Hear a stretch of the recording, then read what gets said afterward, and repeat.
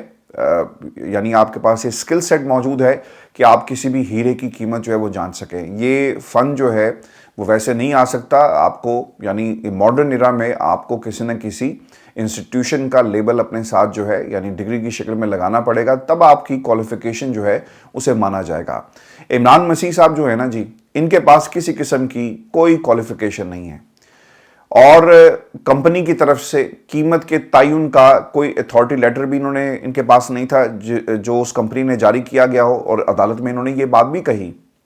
اور پھر authority letter اگر آپ کے پاس نہیں ہے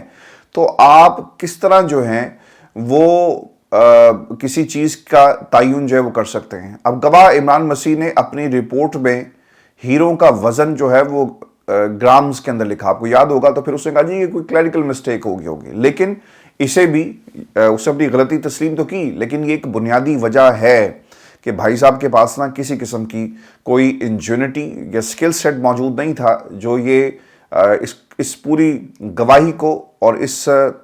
جو انہوں نے گواہی ہیروں کی قیمت کے حوالے سے دی اسے کوالیفائی کر سکے۔ آپ کو ویورز یہ بھی یاد رکھنا ہے کہ نیب نے جو چارج شیٹ بنوائی اس کے مطابق نیب والوں نے دبئی میں بیٹھے بندوں کو تصاویر دے کر اس کی قیمت لگوائی ہے۔ یہ شاید دنیا کے واحد ہیرے ہوں گے جو تصویر دیکھ کر کسی بھی جو ہیرے کی قیمت کا تعین لگا سکتے ہیں۔ نیب نے خود یہ کہا کہ پاکستان میں اس کی قیمت لگانے کا کوئی طریقہ کار موجود نہیں ہے، کوئی کیسے دبئی میں تصویر دیکھ کر اس کی قیمت لگا سکتا ہے۔ یہ فیصلہ بھی چند دنوں میں ختم ہو جائے گا اور آپ نے اس کے اوپر یقین رکھنا ہے، اور یہ کوئی میں آپ کو ہوا میں بات نہیں بتا رہا، چونکہ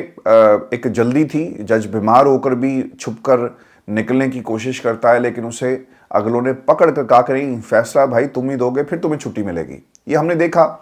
اور پھر ایک دم سے وہ ٹھیک ہو گئے، فیصلہ بھی انہوں نے جلدی میں سنا دیا۔ اور پھر فیصلے کی اگر آپ حیت کی بات کریں، اس کی بنتر کی بات کریں، اس کے سٹرکچر کی بات کریں، تو یہ توشہ خانہ اور سائفر صرف وقوع ڈیفرنٹ ہے اور 2 ڈیفرنٹ میٹرز تھے، لیکن طریقہ کار ایک ہی ہے کہ خان صاحب تعاون نہیں کر رہے اور پھر خان صاحب نے جو ہے وہ گواہ پیش نہیں کیے۔ اب مسئلہ یہ ہے کہ جب آپ نے حق دفاع ختم کر دیا تو پھر یہ جو سٹرکچر ہے، جو 2 عمارتیں آپ نے ایک جیسی کھڑی کی ہیں، یہ دونوں بہت جلدی گر جائیں گی جب یہ میرٹ پر اس کی سماعت کسی بھی کورٹ کے اندر ہوگی۔ ویورز آپ کو بتا دیں کہ بیرسٹر گوہر کا بھی ایک بیان سامنے آیا اور وہ یہ کہتے ہیں کہ جج صاحب نے فیصلے میں پی ٹی آئی کے وکلا سے متعلق درست نہیں لکھا۔ پاکستان تحریک انصاف وکلا ہر وقت عدالت میں موجود ہوتے ہیں اور ہر تاریخ میں وہ پیش ہوئے اور انہیں موقع نہیں دیا گیا۔ بعض دفعہ تو ایسا بھی ہوا کہ انہیں اندر جانے کی اجازت نہیں تھی۔ اب عدالتی فیصلے غیر قانونی طریقوں سے سنائے جا رہے ہیں، جو وکلا دیے گئے ان کے پاس کچھ نہیں تھا، وہ وکلا ہمارے خلاف پیش ہوتے رہے اور پروسیکیوشن کی ٹیم کا حصہ تھے۔ اب اس بنیاد کے اوپر بھی یہ کیس جو ہے وہ اڑ جائے گا اور صرف دنوں کی بات ہے، یہ بھی آپ کو یاد رکھنا ہے، کیونکہ ایسے فیصلے عدالتوں میں نہیں ٹکتے جس میں بہت سارے حکم جو ہیں موجود ہیں۔ اگر آپ کو ابھی تو یہ لگ رہا ہوگا نا کہ عمران خان کو الیکشن سے باہر کر دیا، سب کچھ عمران خان کے خلاف آ گیا، وہ فیصلے کیے ہی اس لیے گئے کہ عمران خان انتخابات میں حصہ جو ہے وہ نہ لے سکے۔ اور ویورز آپ کو نا یہ بھی خبر دے دیں کہ اب پاکستان تحریک انصاف کے انٹرا پارٹی انتخابات کو ملتوی کر دیا گیا ہے اور فروری کے الیکشن جو ہیں جس کا اعلان کیا گیا تھا اب یہ نہیں ہوں گے۔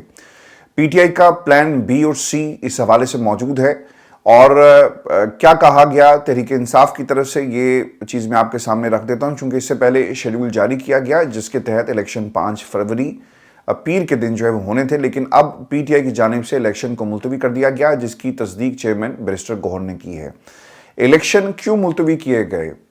مختلف آراء اس کے اوپر موجود ہیں اور مختلف خبریں ذرائع سے باہر آ رہی ہیں۔ انٹرا پارٹی انتخابات عمران خان کی ہدایت پر ملتوی کیے گئے ہیں اور انٹرا پارٹی الیکشن سے امیدواروں اور ووٹرز کی وجہ عام انتخابات سے ہٹائی جا سکتی ہے، یہ خان صاحب کا ماننا ہے۔ اب خان صاحب نے کیا پیغام دیا؟ وہ یہ کہتے ہیں کہ چونکہ اس وقت پی ٹی آئی کے زیادہ تر امیدوار فی الحال جیل میں ہیں اور آزاد ہے۔ پی ٹی آئی پہلے ہی زیر عتاب ہے، اس لیے پاکستان تحریک انصاف کو چاہیے کہ ابھی اپنی پوری توجہ ہی الیکشن پر رکھی جائے اور الیکشن کے فوری بعد انٹرا پارٹی الیکشن جو ہے وہ کرا کر بلہ واپس لینے کی کوشش کی جائے۔ میں آپ کو خان صاحب کی جو دور اندیشی تھی، پہلے تو ایک کنفیوژن تھی، لیکن یہ کنفیوژن اس وقت ختم ہو گئی جب ہم نے اکبر ایس بابر کو پاکستان کی ٹیلی ویژن سکرینز کے اوپر دیکھا۔ اکبر ایس بابر صاحب کے بارے میں نے کچھ لوگوں سے بات بھی کی کہ یہ کیا ہوا، تو ان کا یہ خیال تھا کہ یہ کوئی نہ کوئی پنگا لے گا اور کوئی نہ کوئی ایسی حرکت کر سکتا ہے جس کی بنیاد کے اوپر اگر اللہ نہ کرے، یہ الفاظ تھے کوٹ ان کوٹ ان صاحب کے، کہ اللہ نہ کرے انتخابات کے اندر اس کو جتوا دیا گیا یا یہ انٹری ہو گئی یا پھر اس نے دوبارہ سے انٹر پارٹی انتخابات میں ایسے لوگوں کو لے کر آ گئے جو پارٹی پر قبضہ کر لیں، تو شاید یہ عمران خان اور اس جماعت کے لیے ایک بہت بڑا چیلنج ہو سکتا ہے۔ اور پھر ایسے حالات میں جب عدالتیں ان کے اوپر ان کو سپورٹ کریں گی، ان کے فیصلوں کو سپورٹ کریں گی، تو یہ نہ ہو کہ پاکستان تحریک انصاف پوری کی پوری جو ہے وہ یہ لے اڑیں اور الیکشن کمیشن ان کا ساتھ دے اور پھر ایک نئی جماعت جو ہے، یعنی ایک سازش تھی جس کو عمران خان نے انٹرا پارٹی انتخابات کو روک کر جو ہے وہ ناکام بنا دیا۔ اور الیکشن کے بعد آپ کو یہ بھی یاد رکھنا ہے کہ الیکشن سے پہلے تو یہ معاملہ اگر ہو جاتا تو یہ خطرناک ضرور تھا، لیکن الیکشن کے بعد شاید اتنا خطرناک نہیں رہے گا، کیونکہ اس فیصلے کا اثر پارلیمنٹ میں جن لوگوں نے اکٹھا ہونا تھا اس کے اوپر ہمیں پڑتا ہوا نظر آ رہا تھا، اور خان صاحب نے بھی اسی بنیاد کے اوپر یہ بات سارا یہ جو فیصلہ ہے ہدایت نامہ جاری کیا ہے۔ اب اکبر ایس بابر کے آنے سے یہ کنفیوژن کیسے ختم ہوئی میں آپ کو بتا دیتا ہوں۔ اکبر ایس بابر صاحب یہ کہتے ہیں کہ پی ٹی آئی کی ایک ایسی قیادت ہو جو قوم کو بنانے پر توجہ دے۔ بھائی یہ قوم بہت پہلے کی بن چکی ہے اور شعور بھی ان کے پاس ہے، اور آپ کو شاید ضرورت نہیں ہے کہ آپ پی ٹی آئی کے اوپر قبضہ کر کے، یعنی آپ ایک جلسہ کریں چھوٹا سا، بڑا چیلنج نہیں آپ کو میں دیتا، ایک چھوٹا سا ایک جلسی کر لیں، کارنر میٹنگ کر لیں، اور پتہ چل جائے گا کہ آپ کہاں پر کھڑے ہیں اور آپ پاکستان کی اس یوتھ کی نمائندگی کرتے ہیں یا پھر آپ کو کسی کے کہنے پر کھڑا کیا گیا ہے۔ پھر انہوں نے یہ بھی کہا کہ کچھ لوگ سمجھتے ہیں میں پاکستان تحریک انصاف کا دشمن ہوں۔ آپ نے پاکستان تحریک انصاف کے ساتھ کون سی جو ہے وہ بھلائی کی؟ آپ نے اس پارٹی سے اس کا نشان واپس چھنوا کر آپ اعلی کار بن کر کیا قوم کی خدمت کر رہے ہیں؟ آپ نے پاکستان کی جو عوام ہے اسے محروم کر دیا کہ وہ اپنی مرضی کا ووٹ ڈال سکے، اپنی مرضی کے لیڈر کو انتخابات کے اندر جو ہے وہ دیکھنا چاہتی تھی، اپنی مرضی کی جو پارٹی ہے اسے بلے کے نشان سے آپ نے محروم کر دیا۔ یہ آپ کی خواہش تھی، بلکہ آپ کا لفظ بھی اکبر ایس بابر کے لیے استعمال اب ہمیں نہیں کرنا چاہیے۔ یہ تمہاری خواہش تھی جو تم نے کیا، کسی کے کہنے پر کیا۔ اب میدان خالی ہے نا، لیول پلینگ فیلڈ جس طرح سب لوگوں کو ملی، جاؤ کھڑی کر کے دکھاؤ جماعت اور بتاؤ کہ تم ہو اصل میں بانی، کارکن اور بانی۔ پہلی بات یہ کہ اس کو تو پارٹی میں اس کو رجسٹرڈ ہونے کا اب ثبوت دینا پڑے گا آنے والے الیکشن کے اندر۔ پھر وہی کہتے ہیں کہ میں پی ٹی آئی کو وہیں لے کر جانا چاہتا ہوں جو اس کا مقصد تھا۔ میں اس بات کے اوپر صرف ہنسی سکتا ہوں اور کچھ نہیں، کیونکہ انہوں نے کہا کہ جو لوگ سمجھتے ہیں کہ ہم پارٹی پر قبضہ کر لیں گے، غلط ہے۔ پارٹی پر قبضہ سرکار آپ نہیں کر سکتے، کیونکہ یہ عوامی پارٹی ہے، یہ ڈرائنگ رومز میں بیٹھ کر نہیں بنائی گئی، یہ پاکستان کے ایک خاص طبقے کو ریپرزینٹ کرتی ہے۔ اور آپ نے یہ پرپوزل دی نا کہ ہم بھی ایک فریم ورک بناتے ہیں، آپ بھی 3 لوگ لائیں، ہم بھی 3 لوگ لاتے ہیں، وکیل مقرر کرتے ہیں اور پھر دیکھا جائے گا۔ میرا خیال ہے کہ آپ خواب دیکھیں اور بہت جلدی خواب سے جاگنے کا آپ سمیت بہت ساری لوگوں کا وقت ہونے والا ہے، اور جب آپ خواب سے جاگیں گے تو یہ ایک ڈرونا بھیانک خواب نہیں ہوگا، حقیقت آپ کے سامنے عمران خان اور اس کے ووٹر سپورٹر اس کی جماعت کی شکل میں کھڑی ہوگی۔ اور ویورز آپ کو یہ خبر دے دیں کہ پاکستان تحریک انصاف اور عمران خان کی وجہ سے اب اس الیکشن کی اہمیت اس لیے بھی بڑھ گئی ہے کہ پوری دنیا، گوگل، ٹک ٹاک، فیس بک، اب سب اس الیکشن پر نظر رکھے گا۔ پاکستان میں عام انتخابات کی سب سے اہم بات یہ ہے کہ یہ ایک ڈیجیٹل ایج ہے، اور اس ایج میں یہ انتخابات ہو رہے ہیں، اور پاکستان تحریک انصاف اس وقت ڈیجیٹل میڈیا میں باقی تمام جماعتوں سے آگے ہے۔ پاکستان میں انتخابات سے پہلے فیس بک، ٹک ٹاک اور گوگل کی جانب سے لوگوں کی مدد کے لیے کچھ اقدامات کیے گئے ہیں۔ گوگل کمپنی کے مطابق جو انہوں نے اسٹیٹمنٹ جاری کیا وہ یہ کہتے ہیں کہ گوگل سرچ میں ہماری رینکنگ سسٹم کو مستند معلومات کو فروغ دینے اور انتخابات سے متعلق معلومات کی مختلف اقسام فراہم کرنے کے لیے تیار کیا گیا۔ ایک گوگل رینکنگ سسٹم ہوتا ہے جس سے جو انفارمیشن سب سے زیادہ مستند ہوتی ہے وہاں پر مختلف سورسز سے اس کی ریٹنگ کی جاتی ہے، رینکنگ کی جاتی ہے، جس کے بعد اسی انفارمیشن کے اوپر لوگ جو ہیں وہ ریلائی کرتے ہیں۔ اب گوگل ہوم پیج پر ایسے لنکس بھی فراہم کیے گئے ہیں جس سے ووٹ دینے کا طریقہ کار، ووٹ دینے کے لیے رجسٹرڈ کرانے کا طریقہ کار جیسے اہم موضوعات پر آسانی سے تفصیل جو ہے وہ حاصل کی جا سکے گی۔ اب گوگل کی جانب سے پاکستانی انتخابات کے حوالے سے ایک گوگل ٹرینڈ پیج بھی متعارف کرایا گیا ہے اور اس میں انتخابات میں حصہ لینے والی جماعتوں کے بارے میں تفصیلات موجود ہیں اور پاکستان تحریک انصاف ٹرینڈز میں اس وقت سب سے اوپر ہے۔ یہ خبر کچھ دن پہلے ہم نے آپ کے ساتھ شیئر بھی کی تھی۔ اب ویورز آپ کو یہ بھی بتا دیں کہ گوگل جو اس وقت جو ان کی مختلف کمپنیز ہیں وہ کر کیا رہی ہیں، صحافیوں کو خبروں کی کوریج کے دوران صحیح وسائل سے لیس کرنے کے لیے ورکشاپس کا بھی ایک سلسلہ جاری ہے اور ان ورکشاپس میں صحافیوں کو خبروں کی تصدیق، ڈیجیٹل سیکیورٹی اور گوگل ٹرینڈز کا استعمال کرنے کے لیے ٹولز کے بارے میں تربیت جو ہے وہ دی گئی ہے۔ اب فیس بک کی طرف سے بھی آپ کو بتا دیں کہ کیا اقدامات کیے گئے۔ پاکستان میں عام انتخابات کے حوالے سے ایک جو لنک ضرور شیئر کیا گیا جس پر کلک کرنے پر صارف کے سامنے الیکشن کمیشن آف پاکستان کا فیس بک پیج جو ہے وہ اوپن ہو جاتا ہے۔ پھر ٹک ٹاک کی اگر بات کی جائے تو سب سے زیادہ آگے اس وقت نہ ٹک ٹاک جا رہا ہے اور عمران خان اور پی ٹی آئی ٹک ٹاکس پر جلسے کر رہے ہیں۔ ٹک ٹاکس پر پاکستان تحریک انصاف کے اراکین بھی اپنی انتخابی مہم چلا رہے ہیں اور پی ٹی آئی کے مقابلے میں دوسری سیاسی جماعتیں اتنی زیادہ ایکٹیو آپ کو سوشل میڈیا پر جو ہے وہ نظر نہیں آئیں گی اور یقیناً یہ آنے والے دنوں کے اندر آپ کو اس کی ایک تبدیلی بھی اس کا ایک اثر جو ہے وہ الیکشن کے اوپر ضرور نظر آئے گا۔ اور میں آپ کو یہ بھی خبر دے دوں کہ سپریم کورٹ آف پاکستان کے بعد ہائی کورٹ سے بھی ایک استعفیٰ آ گیا جی، اور یہ شاہد جمیل خان صاحب ہیں جن کا یہ استعفیٰ آیا۔ انہوں نے جو اپنا استعفیٰ صدر پاکستان عارف علوی کو بھیجا اس میں انہوں نے کہا کہ جناب ذاتی وجوہات کی بنا پر اب میں مزید کام نہیں کر سکتا، 10 سال میں نے بطور جج جو ہے ہائی کورٹ کام کیا، لیکن اب میں، اور پھر جاتے جاتے انہوں نے علامہ اقبال کے جو اشعار ہیں ان کا بھی ایک حوالہ دیا اور اسے استعفے کا حصہ بنایا گیا ہے۔ بتانے والے یہ بتاتے ہیں جی کہ ان کی جو chief justice Lahore high court ہیں امیر حسین، ان کے ساتھ ہی بن نہیں رہی تھی اور امیر حسین ایک جب آپ کو یاد ہوگا کہ کچھ عرصہ پہلے جب ایک تقریب ہوئی اور اس تقریب کے اندر کچھ جج صاحبان کو بھی لاہور میں بلایا گیا تو وہاں پر ان جج صاحب نے کہا تھا کہ آپ اپنے داماد کو بچانے کے لیے لگے ہوئے ہیں۔ اب یہ جسٹس شاہد جمیل صاحب کو یہ شاید الفاظ استعمال نہیں کرنے چاہیے تھے کیونکہ پی ٹی آئی کے رہنما علی ساہی کو بچانے میں لگے ہوئے یہ الزام جو ہے وہ چیف جسٹس کے اوپر لگایا گیا اور پھر انہوں نے یہ بھی کہا تھا کہ آپ کو تو ادارے کی جو ساکھ ہے اسے بحال کرنا چاہیے۔ پھر ویورز پتہ یہ چلا کہ اس واقعے کے بعد دونوں کی ٹھن گئی